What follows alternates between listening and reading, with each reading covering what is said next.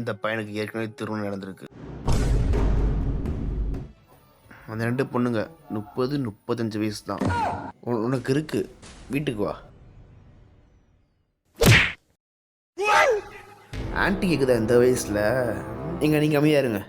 அங்கே போடாங்க. இருங்க வரேன்.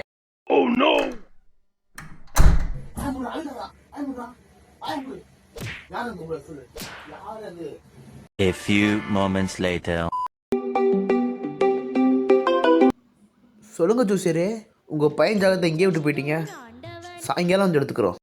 உங்கள் பையன் வயசு 21 சொன்னீங்க, ஆனால் இப்போ திருப்பி பார்க்கும்போது உங்கள் பையனுக்கு 41 காமிக்குதே. அப்படியா? இருங்க நான் பார்க்குறேன். ஜோசியரியா, அது என் வீட்டுக்கார் ஜாதகம். அப்போ என் வீட்டுக்காருக்கு 2 பொண்டாட்டியா?